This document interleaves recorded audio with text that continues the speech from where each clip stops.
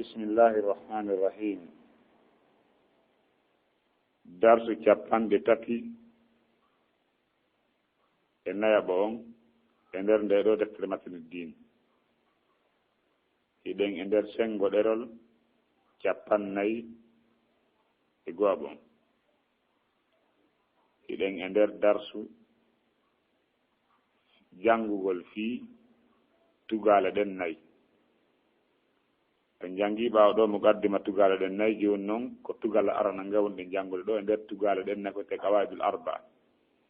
karama ko min maki al qaidatul ula tugala al arana ngal e der tugale nay je de waide den wa andugol e hore neddo fi yo dadi sirko al qaidatul ula tugal arana ngal anta alama konde andata annal kuffara wonde heferaɓe ɓen alladina ɓen qatalahum ɓen ɓe haɓuno rasulullahi nelaɗo allah on sallllahu alayhi wa sallam muqirruna ɓe hino qirtino bi anna allaha ta'ala wonde allah towɗo on huwa alkhaliqu kanko woni tagowo arraziqu kanko woni arsikowo almudabbiru kanko woni toppitotoɗo wa anna dhalika no andugol ɓe ɗumgol lam yudkhilhum ɗum naadali ɓe fil islami kadal islam fihi ɓe andi allah ko goto ko allah tagata allah warata allah arsigata ɗum kon tahli ɓe wonde ɓe woni julɓe waddalilu ala dhalika dalili ko tindini ko karmakojo on yewti ɗo kon qawluhu ta'ala ko konngol makko kanko allah towɗo on qul wi'u man yarzuqukum ko homboni arsikowo on minas samai immorde ka kammuduga adda ndiyam wal arde ka leydi yaltina puɗi amman yamliku sam'a ka ko hombo jeytani on nanɓe ko hombo wawi waɗande on noppi wal abisara e jiiɗe jita ko hombo wawi waɗande on wa man yukhrijul hayya ko homboni yaltinowo ko wuuri minal mayyiti o itte nder ko maayi wa yukhrijul mayyita o yaltina ko maayi kadi minal hayyi o itte nder ko wuuri wa man yudabbirul amra ko homboni toppitotoro ɗeɗo fiyake fasayaquluna allahu hiɓe fawi wi'ugol si ɓe landama ɗum ɗo hiɓe fawi wi'ugol ko allah na goɗɗo go faqul wi'u afala tattaquna e on hulata rewgol ko hina o allah oɗo aya ko ka simmore yunusa woni ka i aya 31 karma komi maki alqaidatu thaniyatu tugalal ɗimmal ngal e nder tugale nayije ɗe neɗɗo andata ɗen fiyo allah gandumo sirku annahum no ɓen heferaɓe ɓe nelaɗo haɓunoɓen e gurdam makko ɓen heferaɓe yaquluna hiɓe wi'ayno kadi ma da'awnahum menen min rewiraɗi ɗi sanamuji amin min noddiraɗi ɗi wa tawajjahana min fewti ilayhim e maɓɓe illa si wona li talabil qurbati ɗaɓɓugol ɓadorgol wa shafa'ati e tefore ko fiyoɗi waɗa min intervention ka allah ko ɗum min wo rewirde ɗi fa dalilul qurbati dalilu wonde ko ɓadorgol ɓe wonno ɗaɓɓirde sanamuji ɗin fiyo ɓe ɓatto allah qawluhu ta'ala ko konngol allah towɗo on walladina ittakhadu ɓen jogitiɓe min dunihi ko hina allah awliya'a weldi ɓe reweteɗi ɓe yiltoɓe wiya kadi ma na'buduhum menen goye men rewiraɗi ɗiɗi illa si wona li yuqarribuna fiyoɗi ɗattinnen ilallahi ka allah zulfa ɓadorgol meɗen andi goɗi nafata goɗɗum ko fi tujoɗi ɓattinnen ka allah allah jaabi inna allah no allah la yaha inna allah no allah fa yahkumu allah ñaway baynahum hakkude maɓɓe fima hum fi konko woni e muɗum ɗo yahtalifuna hiɓe yeddodira inna allah no allah la yahdi o fewnata man huwa kala on kadibum fenowo kaffarum yedduɗo allah subahana wa taala e jaa kala rewɗo goɗɗum ngo ko ɓadori goɗɗum ko ina allah ko kefeer simmore zumari aya 3 oɗo aya itta wa dalilu shafa'ati dalilu wonde ko tefoore ɓe wonno ɗaɓɓirde ɗi sanamuji maɓɓe qawluhu ta'ala ko konngol allahu towɗo on wa ya'buduna ɓe hino rewa min dunillahi koyna allah ma la yadurruhum konko lorrataɓe si ɓe rewi wala yanfa'uhum nafataɓe kadi si ɓe rewali wa yaquluna ɓe yiltoɓe wiya kadi ha ulayi ko ɗiɗo sanamuji amin sufa'auna ko ɗi tefantamin indallahi ka allah simen nangoyama ko ɗi simen mapori mbiyan ko ɗi wallatamin simen mapori ɓiɓɓe ko ɗi wallatamin nani fenade ko ɗo wonɗen darara tawa ina fi juutali moƴƴa kono fi ha faamo yalla faamin en si en faamike holnen newnana en mbawɗum kadi hutoren donc hara yirtode won wowirno noon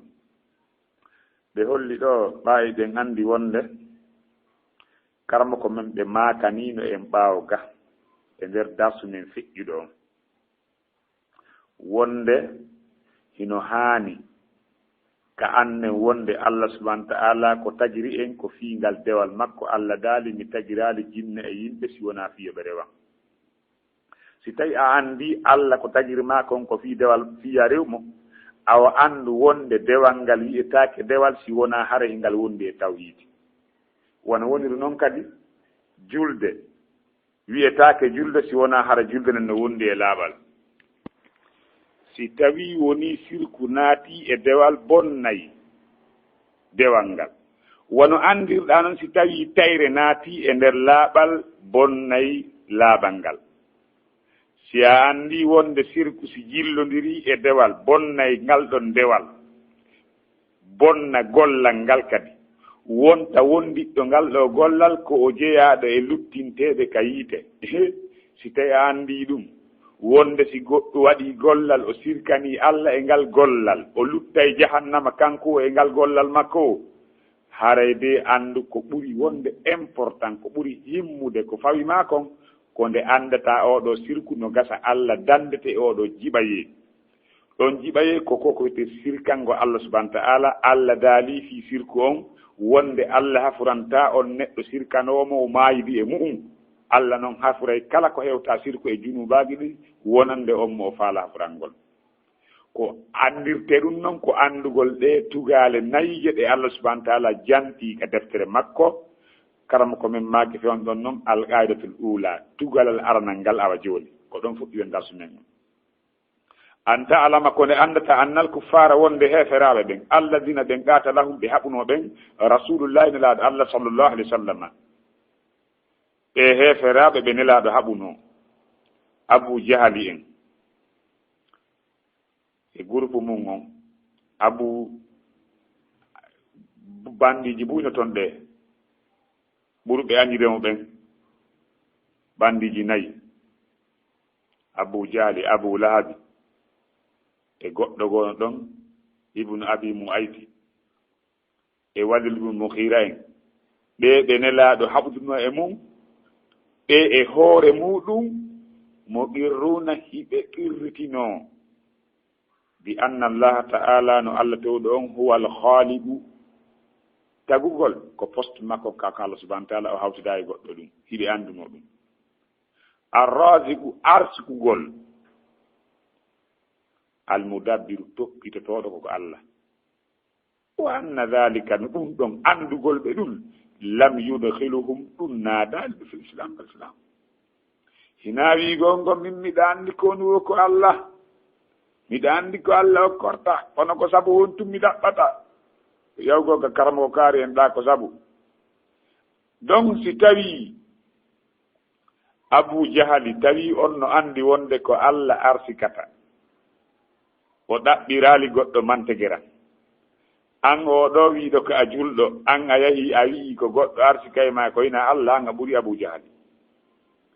si tawi abou jahal no andi wonde ko allah tagata kanko tun allah hawtida e goɗɗo e ɗum an a wii wonde goɗɗo ko kan no wawi ko ina allah hare an eɗa ɓuuri abou jahali si tawi hara woni abou jahal no andi toppitagol dirisugol nde tagore fopp ko allah woni directeur tagore nden si tawi allah abou jahali andi ɗum an a anda ɗum ara abou jahali ɓurimal gomɗinal donc no hani ka anda wonde e jawo naawigol tun ko woni wo ko allah ko Allah arsikata Allah go goto la ilaha illallah ka hunduko tawi ɗum ala ka tere no hani ka anda wonde ɗum ɗon tun naɗata ɗum ɗon tun kontata goɗɗo ko o julɗo si wona ɗum nelaɗo haɓatano ɓe ko nelaɗo haɓirnoɓe kon ko fii ko waɗete kon fuu yo waɗane Allah wona fii yoɓe andu ko Allah arsikata Allah tagata Allah warata naafi ɗum komi ko karno komin faandi yewtugo en ɗo wonde ko waddunoɓe kon awa ko fii tawhidul uluhiyya on wona tawhidul rububiyya arabuɓen no girtino ɗum heferaɓe arabu al-islam hiɓe girtino tawhidi jeyal ngal ko dewal ngal woni ko ɓe sadi ko ɗon hukkodira sonko ngon ko ɗon ɗum ara yeeso go Allah hawde sawaba wa dalilu ala zalika dalilu e hoore ɗum qawlu ta'ala Allah daali qul wi'u man yarzuqukum minas samai wal ardi ko hombo arsika tan immode ga kammu dow ga adda ndiyam jippinam arsikaji ɗi wal arde ka leydi ga kadi yaltinana on puɗi façon ñi ñameteji ko hombo watta ɗum amma yamliku sambasi tawi nande mon ɗen yahi ko hombo addata wal absara jite si Allah nanjiɗe ngara o goɗɗo jibinama o yiyaali adna ha hande ko hombo wawi waɗande on jite on to woni on ɗo on docteur je woni wa man yukhrijul hayya min al mayyiti ko hombo woni yaltinowo ko wuuri e nder ko maayi itte ko maayi ko hombo yaltinta jertoga e nder woofonde o yukhrijul mayyita min al hayyi o yaltina ko maayi kadi itte nder ko wuuri ko hombo yaltinta woofonde e nder jertogal wo man yudabbirul amra ko hombo toppitoto fiyake ɗen ko hombo dirisa tagore nden faso yaquluna allahu hiɓe fawigol ko Allah faqul afala tattaquna e on hulata Allah ka simore Yunusa aya 31 donc en andi ɗo ko waddinoɓe kon e jawana fi tawhidi jeyal ngal ko fi dewal ngal aw toɓɓere ɗimmerane alqaidatu saniyatu tugala ɗimmal ngal annahunno kañum heferaɓe Abu Jahali en komi ƴettita mise Abu Jahali ko fino famora Abu Jahali en ɓe wi ma da'awnahum menen men noddiral ɗi sanamuji amen wa tawajjahana ilayhim min fewti e majji illa si wona li talabil qurbati ɗaɓɓugol ɓadorgol ko ɗaɓɓugo relaxion wa shafa'atu e tefore hisi tawi ñande men nanga hara men waway e yawde ɗon men ɓattoɗi ɗi tefana men karma ko min maki fa dalilu qurbati dalilu ɓadorgol ngol qawlu ta'ala ko ka Allah dalno ɗon walladina ittakhadu min dunihi en jogitiɓe ko hina Allah awliya ɗafalafira reweteɗi seede on aya yoɗoye mana abudum ko ɗum andirta wonde ko awliya on ɗo ko reweteɗi ɓen jogitiɓe ko hina Allah wallidirteɗi ɓe yiltoɓe inna mana abuduhum menen men rewiraɗi illa si wona li yuqarribuna ila llahi ko fiyo ɗi ɓattinmen ka Allah ɗum noon tawi noon e jaaɗi woɗɗintina ɗone Allah subahana taala mana abuduhum min rewiral ɗi reweteɗi amen illa li yuqarribuna si wona fiyo ɗi ɓattinmen ilallahi faade kala zulfa ɓadorgol meɗen andi koye ɗi wawata kono ɗi ɓattina men ka Allah inna allah no Allah yahakum o ñaaway bayno hakkude maɓɓe fimahum fihi konkumone muɗum yahtalifuna e ɓe lutodira inna allah no Allah la yahdi o fewnata man huwa kala on kaadibun fenowo kaffarum yedduɗo hattirde yeddugol kaadibun ko fenowo hattirde fenugol kaffarum ko yedduɗo Allah hattirde yeddugol Allah fewnata on noon e jaaɓe kala wonɓe rewde goɗɗum ngo ko hina Allah ɓe inna ɓe ɓadoriɓe ɓe ɓadori ɗin ka Allah ɓen ko fenayɓe noon ko heferaɓe kadi noon joni noon ɗum kadi ka simore Zumar ka aya 3 wa dalilu shafa'at dalil tefor nan qawlu ta'ala kongo Allah tuɗo on wa ya'buduna ɗenira min dunillahi ko hina Allah ma la yadurruhum konko lorrataɓe wala yanfa'uhum nafataɓe wa yaquluna hiɓe wiya haulayi ɓeɗo woni sufa'auna tefaneɗi min ɗi indallahi ka Allah donc andi ɗon ko ɗo woni koɓe heferɗi kaɓe wi ɗon ko ɗiɗo tefanta min ka Allah alhamdulillah sawaba inchallah darsuji ara ɗi yeeso ɗo surtout ko wiyete kon chafa on en yañe ɗum ɗon ha faamo moƴƴa mba ko hato jinɗen kon ko yo tagore nden faamu ɓe iwa e majjere fuɗɗande no wonɗo janggo toon no jogii saku majjere no faala ko lanca ko yenduren o yo e majjere alhamdulillah sawaba donc yifat no wowirno noon bismillahi rahmani rahim alqaidatul ula tugal aranangal anta alama konde andata annal kuffara no heeferaɓe ɓen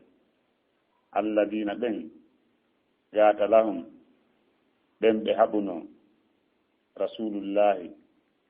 nelaɗo allah o sallllahu alayhi wa sallam yo allah juula makko isnama mo qirruna hiɓe qirritino bi anna allah ta'ala no allah to ɗon huwa alkhaliqu kanko woni tagowo arraziqu arsikowo almudabbiru toppitoɗo wa anna dhalika no ɗum ɗon lam yudkhilhum naadali ɓe fil islam kal islam wa dalilu ala dhalika dalilu on e hoore ɗum ɗo qawluhu ta'ala konngol allah towɗo qul wi'u man yarzuqukum ko homboni arsikowo on